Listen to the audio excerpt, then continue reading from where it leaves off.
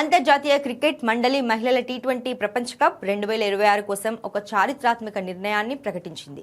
ఈ ప్రతిష్టాత్మక టోర్నమెంట్ కోసం పూర్తిగా మహిళలతో కూడిన మ్యాచ్ అఫీషియల్స్ ప్యానెల్స్ ను ఐసీసీ ఎంపిక చేసింది.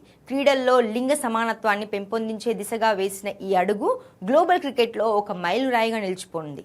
అత్యంత గర్వకారణమైన విషయం ఏంటంటే ఈ ప్రతిష్టాత్మక అంతర్జాతీయ ప్యానెల్లో 4 భారతీయ మహిళలు చోటు దక్కించుకున్నారు.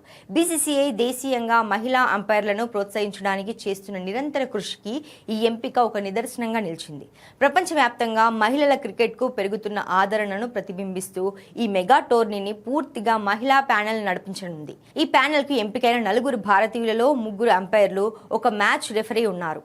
డొమెస్టిక్ సర్క్యూట్, ఉమెన్స్ ప్రీమియర్ లీగ్లలో అద్భుత అనుభవం ఉన్న జనని నారాయణ్, బృందా రాఠీ, గాయత్రి వేణుగోపాలన్ అంపైర్లుగా ఎంపికవగా senior official GS Lakshmi match రిఫరీగా బాధ్యతలు నిర్వహించనున్నారు.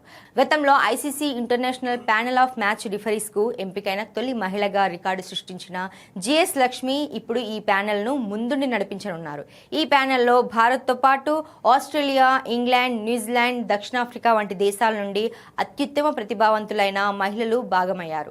రాబోయే జనరేషన్ మహిళా క్రికెటర్లకు, స్పోర్ట్స్ అడ్మినిస్ట్రేటర్లకు ఈ నిర్ణయం ఎంతో స్ఫూర్తినిస్తుందని, మైదానంలో వీరంతా ప్రపంచ స్థాయి ప్రమాణాలతో మ్యాచ్లను నడిపిస్తారని ఐసీసీ ధీమా వ్యక్తం చేసింది.